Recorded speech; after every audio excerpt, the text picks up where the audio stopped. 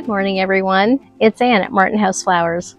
It's Monday morning, and I took Eddie for his morning walk, and it's going to be a hot 93-degree day today, so I thought I'd do a quick intro for my next video. And I've found the shadiest spot in my garden, and it's still heating up really quickly. It's going to jump from about 80 degrees, mid 80s right now, to over 90 within the next hour apparently. So I thought I'd do a quick intro while I can tolerate the heat this morning.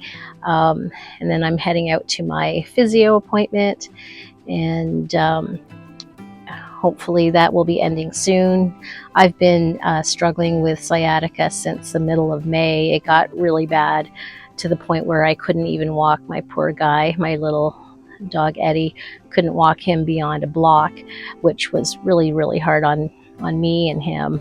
But luckily, Greg and the kids, chipped in and took care of his walks. But I've been probably 2 weeks now back to being able to walk Eddie, so that's great news because I look forward to those daily walks twice a day. So anyway, this video, I thought I would share with you a couple of dilemmas or decisions that I need to make in the garden. And in this heat wave, I may wait until the spring, especially with the lack of availability of plants now. I'm going to show you in a little bit the daylilies, Stella D'Oro Day Lilies that I have in my front bed, my front walkway leading up to the house, leading up to the porch. There are 5 there in my, what I call my peony garden. I have 3 peonies, and right behind that I have some, I believe they're serendipity alliums around my angel that my daughter Holly gave me, and my favorite climbing rose, Kiss Me Kate. So right in front of that, there are 5 daylilies that I'm really just wanting to replace. So I've thought about replacing them with lavender. There's about 5 lavenders right in front of my porch that I think I talked about, where I have various different varieties of lavender there, but I did call up my nursery where I picked up the lavender that is doing well there, and it turns out it's Summer Romance and it's proven winners. So I called around looking for it in a couple of the larger nurseries. So the nursery that I did get them from, they don't have them in stock, but they can order them. But I also did some research, and I believe it's better to plant lavender in the spring because they might have issues with their fine roots getting shocked perhaps, or not surviving the winter. So I think I may wait on that, especially since this heat wave may not allow me to work in the garden much in the next couple weeks. So anyway, I'd love your opinion on that. If you have any other suggestions for flowering perennials, I also have, look at that, I'm already starting to sweat, I'm sorry. But I also have sun patience right beside those Stella D'Oros. So if you have any ideas of flowering, fragrant, it'd be great if they're fragrant, but flowering perennials to replace the Stella D'Oro that takes full sun, I'd love your opinions on that. I do have Nepeta around my mailbox and bordering my rose bed, that my no-till rose bed that is in my front garden, my south garden. But with Nepeta, I love that it is very prolific and it's colorful. I love the purples and blues, just like lavender gives. But what I don't love is, some people love it, but I don't love the fragrance of Nepeta. So leading up to my walkway, I'd rather have something like lavender. So because I did test 2 or 3 varieties in the front of my porch, my front porch, I'm kind of leaning towards that. But if you have other opinions or successes on perennials, I'd love to hear your opinions on that. And I also have about 5 of the, I think there's about 5 daylilies around the side yard right in front of my first arbor that leads into my backyard. So I'll probably leave those for now, but if I fall in love with any perennials coming up, I think I have enough roses in the front. I think I have, gosh, over 20 roses in the front yard. So yeah, I think that'll be my next project. And then I also wanted to show you in this video the willow that we picked up yesterday in the heat, and we have it staked down right now, and it's going to be about, I think about roughly 20 feet, 25 feet away from, in front of the greenhouse. So I wanted to show you that, and relative to our neighbor's maple tree that seems to have doubled in size since we've lived here. We're coming up to 3 years this fall when we started the garden. So, and the last thing I wanted to do in this garden video is to share some of the before and after, just to show the progress of what we've accomplished just in this past year, year and a half. Because although we moved in the fall of 2021, we didn't really start gardening until, we moved in fall of 2021, and we didn't start gardening till spring of 2022 when we put in our trees. We put in, I believe at the time, 9 of our trees in the backyard here that you see a little bit of. And then the following year, the following spring in 2023, we put in 5 fruit trees and 2 more evergreens to finish the row of 9 trees in the back. So we have 11 trees across the back. We put in 5 fruit trees along our east side of the backyard in 2023. And then this year in 2024, we put in our raised garden beds, our 6 raised garden beds, and our greenhouse. So we've done quite a few projects, especially this year, and it's definitely been a learning, and I'm looking forward to a little break this fall, working in the greenhouse and working on some new seedlings and repeating some of the successful cut flower seedlings. So yeah, I'm slowly starting to wind down, trying to reflect on what new projects I will have ahead of me, just so I don't get too down about the season coming to an end. So I'm sure some of you gardeners are also doing the same thing. I've had some wonderful comments about what we've done in the garden, all our projects, and thank you so much for commenting.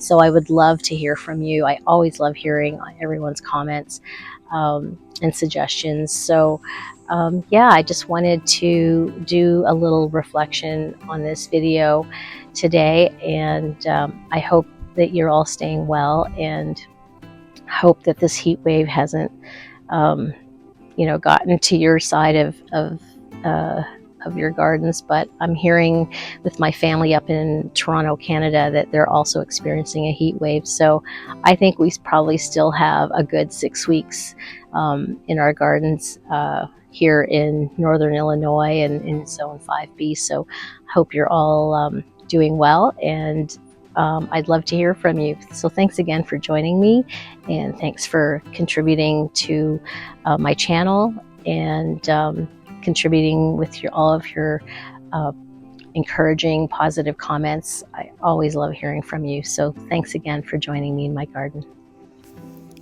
So here we are at the front of the garden, the south-facing garden. This is our front walkway to the front door, and this is the bed that I was referring to with the Stella D'Oro Day Lilies. There are 3 right on the edge there, and 2 behind. So there's the pot of snapdragons with the gravel, the mystery gravel. Don't know how it got there. Don't know if a ground squirrel dug it up. But so in any case, there are the Stella D'Oros, the 3, and there's 2 behind that I may or may not leave.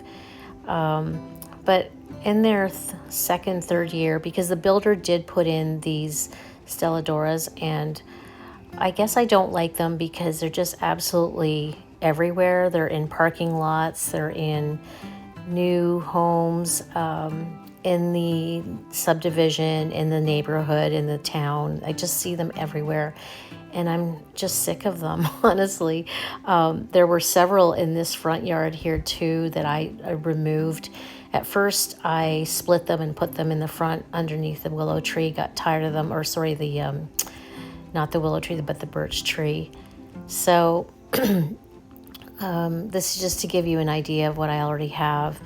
The roses that I've put in the last year, they were all put in last spring and summer of 2023, and they're doing well. That front bed here that I'm showing you a little bit of this, the rose garden, there's 13 roses in there. Don't need any more roses, I believe, in this space. I have my hydrangea room here, my hydrangea lane with the quick fab fire and the bobos, the little limes, and firelight, the 2 firelights there that I just recently planted.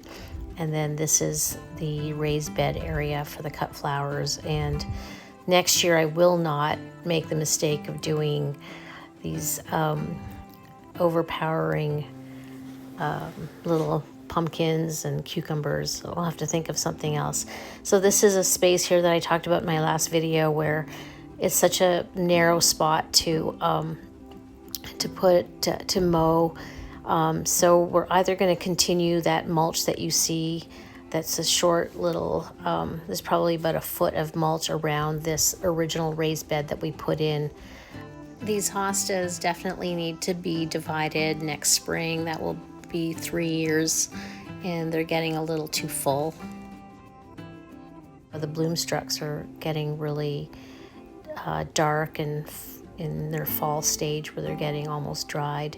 I did add a few of those bloomstrucks. There's 5 of them that I put into that wreath that I just created about a week ago, and it was sitting here till I could get myself a hook, one of those 3M hooks, to put on the greenhouse.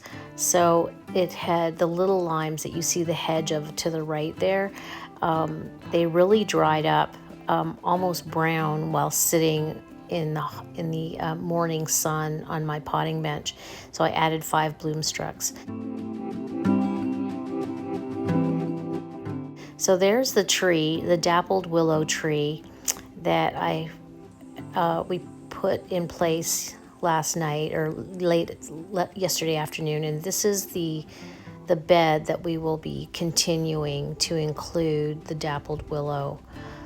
And I purposely wanted something not large, but an ornamental tree of sorts that would block the greenhouse a little bit. Obviously you can't completely block it and don't want to, but just to give us a little bit of cozy privacy. There's the neighbor's ginormous maple tree that I swear has doubled in size in the last 3 years. But I wanted to create a little bit of a cozy spot here since we don't have an actual fence or gate leading into our backyard. I just wanted to create, as we've been doing since we moved in, create a little bit of boundary with trees. So as you can see here, there's that area that juts out in front of the obelisk. So we plan to widen that bed another 2 feet, and we will do a little curve there to include this tree. So I'd love to hear what you think of that area. So I thought it would be fun to look back on our garden journey that started when we moved in 2021, and we actually started gardening in the spring of 2022.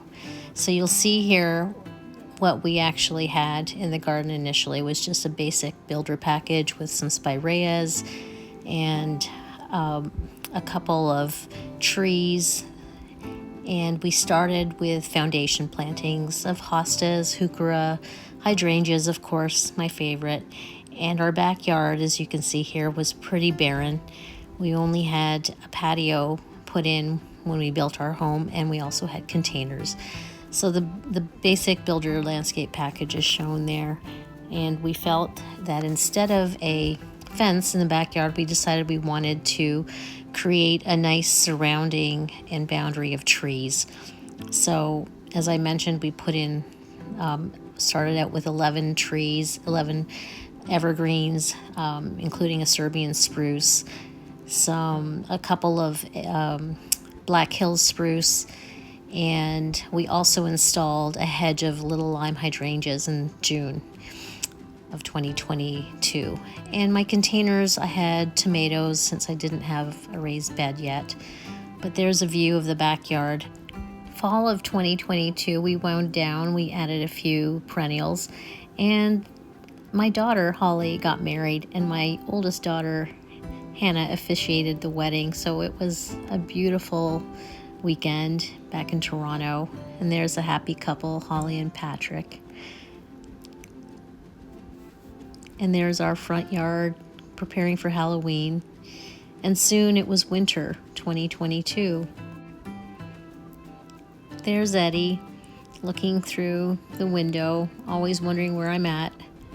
And soon it was spring of 2023, and I had my first tulips of the season, which I put in the previous fall.